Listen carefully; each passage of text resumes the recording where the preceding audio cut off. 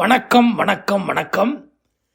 அன்பும் பண்பும் அறிவும் நிறைந்த உயிருக்குயிரான ரசிகர்களே, நேயர்களே, நான் தான் உங்கள் அட்லாண்ட கணேஷ் வந்துவிட்டேன் ஒரு புது கதையை சொல்வதற்காக. என்ன கதை, என்ன டைட்டில் அவ்வளோ கேட்குறீங்களா? ரொம்ப சிம்பிள் டைட்டிலுங்க. அதாவது எம்ஜிஆர். எப்படி டைட்டில் ஓகேயா? எம்ஜிஆர் நம்ம திரை உலகத்தில் கொலோச்சின ஒரு நடிகர், அரசியலில் உச்சம் தொட்டவர், தமிழ்நாட்டு சீஃப் மினிஸ்டராக 3 முறை எம்ஜிஆர் முதலமைச்சராக பதவியில் இருந்தார். எதிர்கட்சிகள்லாம் கண்ணில் விரல ஆட்டி டக்கு டக்கு டக்கு டக்குன்னு சீஃப் மினிஸ்டர் ஆனவர். அவர் பின்னாடி கும்பலாக ரசிகர்கள் எல்லாம் ஓட்ட போடுற அளவுக்கு சந்தோஷமாக அவருடைய தொண்டர்களெல்லாம் ஓட்டு போட்டாங்க. இன்றைக்கும் எம்ஜிஆர் மறக்க முடியாத ஒரு நபர். அந்த பேரில் இன்னொருத்தர் வந்தார்னா எப்படி இருக்கும் அப்படின்னு யோசிச்சிங்கன்னா, இவர் நம்ம கதாநாயகன், அதாவது கதாநாயகன் சொல்ல முடியாது, one of the important characters, M Govindarajan. இவர் பேர் எம் கோவிந்தராஜன். சுருக்கமாக எம்ஜிஆர்னு கூப்பிடுவாங்க. ஏன்னா எம்ஜிஆர் போய் தான் ரொம்ப வருஷம் ஆகிப்போச்சே. இவர் சினிமா ஃபுல்லாக டைரக்டராக பிச்சு உதறாரு. கதை, திரைக்கதை, வசனம், இயக்கம், தயாரிப்பு எல்லாமே அவர் தான். அத்தனையும் ரத்த வச்சுட்டு இருக்கேன் அப்படின்னு காங்கேஸ்வர படத்தில் சொல்லுவார், காதலிக்கிறமில்ல, அந்த மாதிரி இவர் கொடிகட்டி பறக்கிறாரு. பணம் கொட்டுன்னு கொட்டுது. ஒரு படம் எடுத்தாருன்னா ஒரு 15-20 கோடி லாபம் நிச்சயம். கிட்டத்தட்ட ஒரு 10-15 படத்தை வெளுத்து கட்டிட்டாரு. முதல் படம் சூப்பர் ஹிட் ஆன உடனே நிறைய பேர் ஓடி வந்தாங்க இவர்கிட்ட.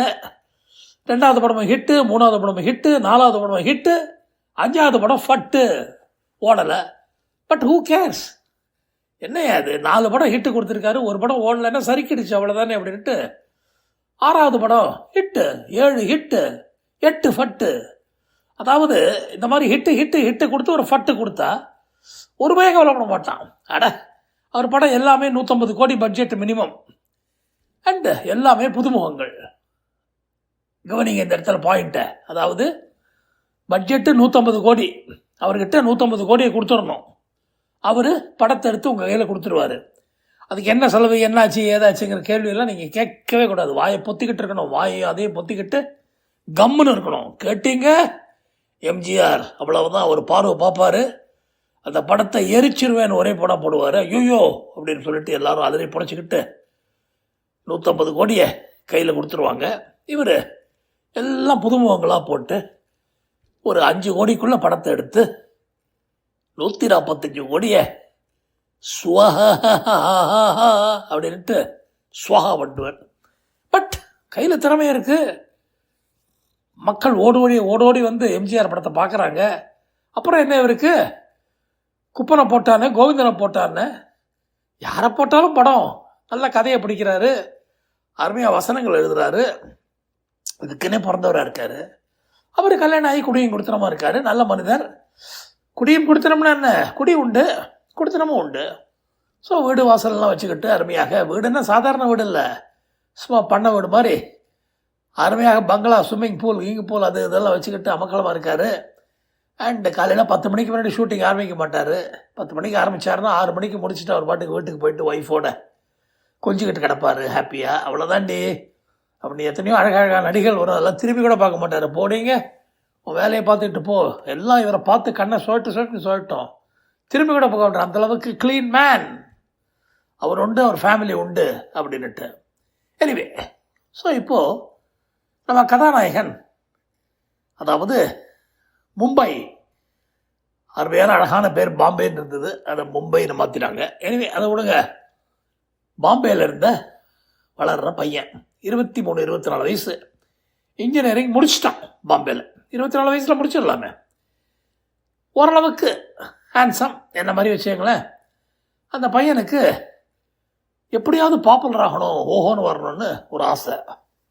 சினிமாவில் வரணும்னு ட்ரை பண்ணுறான். 18-19 வயசுலேருந்தே நம்ம பாலிவுட்டில் ஒருத்தராக அப்படி ஸ்டுடியோலாம் அலைஞ்சு பார்த்து அவனை பிடிச்சி கிடிச்சு ஷம்பூரில் யாராவது அந்த ஹோட்டலில் கெட்டலில் டைரக்டர் சாப்பிட கூட வருவானுங்களே, இட்லி சாம்பார் தோசை எல்லாம் அவங்கெல்லாம் போய் பார்த்துக்கிறது, சான்ஸ் கேட்டு வச்சு காலேஜில் நம்ம ப்ரோக்ராம்லாம் நடக்கிற போது இவன் தான் அதில் நிறையா டான்ஸு கிட்ஸ்லாம் ஆடுவான், அதை பண்ணுவான் இதை பண்ணுவான், சின்ன சின்ன ட்ராமாக்கள்லாம் போடுவான். அந்த மாதிரி சினிமாவில் எப்படியாவது வரணும்னு ரொம்ப ஆசையாக இருக்கிற ஒரு பையன்.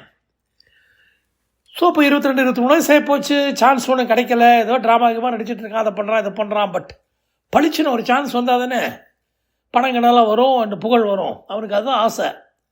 இந்த பையன் பிறக்கிற போதே அவங்க அப்பா அம்மாவுக்கு நல்ல புகழோட பிரமாதமாக இருப்பான்னு ஜோசியர் சொன்னதை வச்சு அப்பாவும் அம்மாவும் சரி பையன் நல்லபடியாக வரட்டும் அப்படின்னு சொல்லி அவனுக்கு எல்லா வாழ்த்துக்களையும் கொடுத்து, எப்படியும் பிரபலமாக வரணும்னு சொன்னாக்க சினிமா ஃபீல்டு தான் போகணும், அரசியல் போயிட போகிறான்னு பயந்தாங்க. நல்ல காலம் அந்த பையனுக்கு நடிப்பு ஆசையெல்லாம் இருந்ததுனால ஓகேன்னு சொல்லிட்டு தங்கச்சி ஒன்று அவனுக்கு. அந்த பொண்ணு அது பாட்டுக்கு டிகிரியை படிச்சுட்டு ஹாப்பியாக இருக்குது. அது இன்னும் கல்யாணம்லாம் ஆகலை.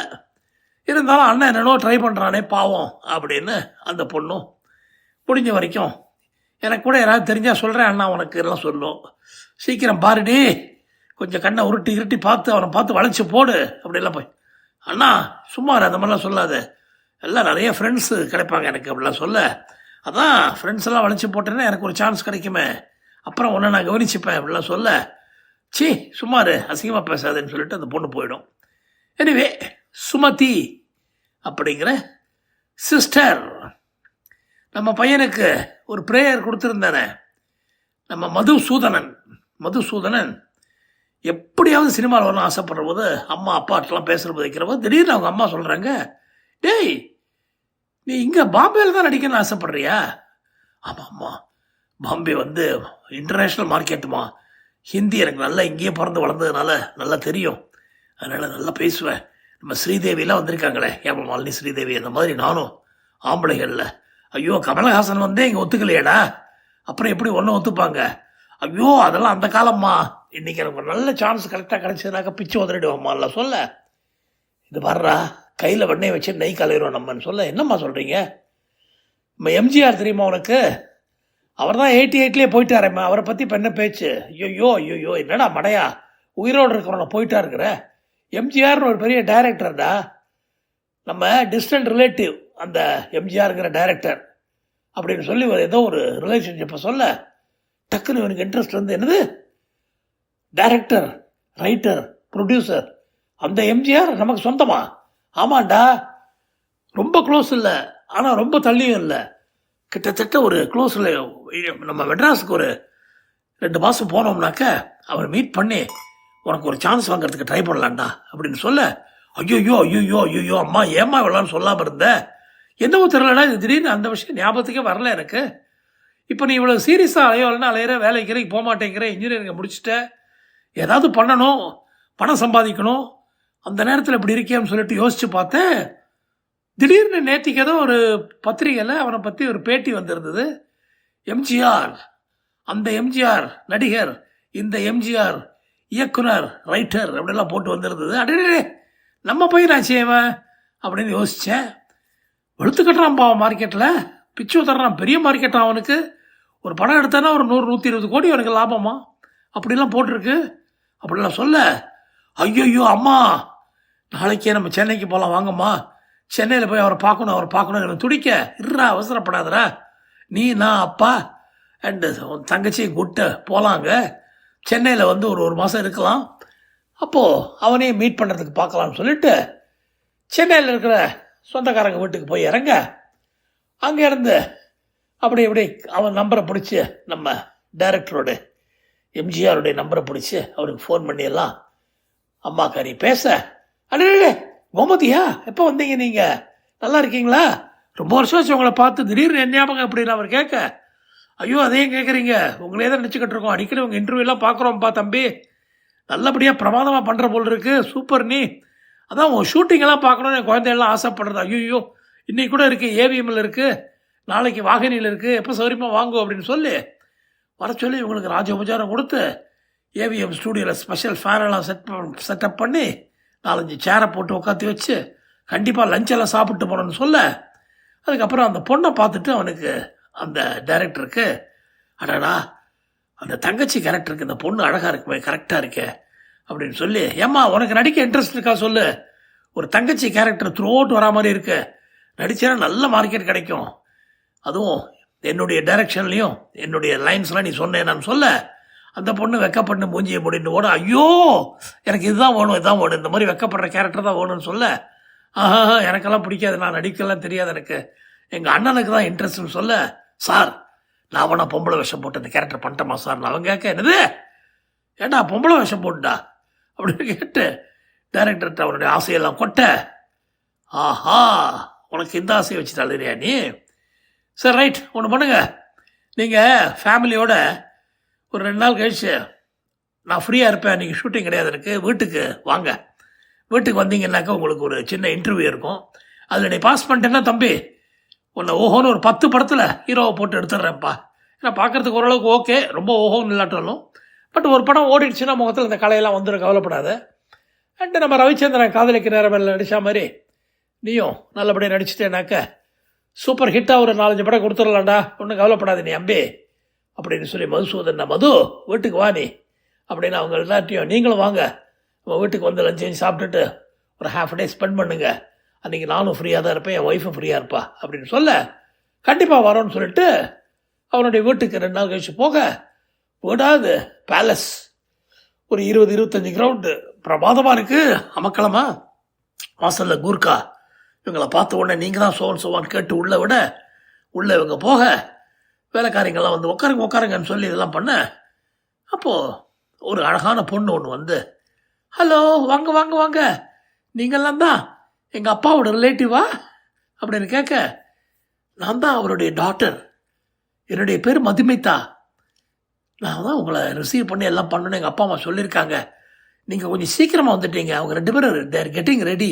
ஓகே வாங்க நம்ம டைனிங் ஹாலுக்கு போகலான்னு சொல்லிட்டு டைனிங் ஹாலுக்கு எல்லாரையும் வர சொல்லி கூப்பிட்டு போய் இந்த டைனிங் ஹாலில் பிளெயின் ரூமாக இருக்குது, டைனிங் டேபிள் இல்லை, சேர் இல்லை, அது இல்லை, இதெல்லாம் ஒன்றும் இல்லை, அந்த பொண்ணு வாங்க எல்லோரும் உட்காருங்க பாருங்கள் 6 சேர் இருக்குது, எந்த சேரில் வேணுமோ உட்காருங்கன்னு சொல்ல, ஒருத்தர் பார்த்து பேய் முழிக்க, என்னடா இது அப்படின்னு சொன்னால் பையனுக்கு டக்குன்னு புரியுது, ஆஹா டைரக்டர் டெஸ்ட் வச்சுருக்காருன்னு சொல்லிட்டு, அம்மா இது டெஸ்ட்டுமான்னு காதை கடிச்சு, அப்பா டெஸ்ட்டுப்பா உட்கார்ற மாதிரி ஆக்ட் பண்ணு அப்படின்னு சொல்லி எல்லாரும் உட்கார்ற மாதிரி ஒன்றுமே இல்லாத இடத்துல முக்கால் அப்படியே எதுலையோ சேரில் உட்கார்ந்த மாதிரி ஆக்ட் பண்ண, பாருங்க சுட இட்லி ஆவி வருது பாருங்க, அதை எடுத்து போட்டுருங்க, ப்ளஸ் சாம்பார் இருக்குது, சட்னி இருக்குது, ஸ்பெஷலாக தக்காளி சட்னி வேறு பண்ணியிருக்கோம், அதாவது தக்காளி சாம்பார் மாதிரி இருக்கும், அதை விட்டு சாப்பிட்டேன்னா ஒரு 10 இட்லி சாப்பிட்லாம், தோசை வந்துக்கிட்டே இருக்குது, அதுக்கப்புறம் மசால் வடையும் மெது வடையும் இருக்குது,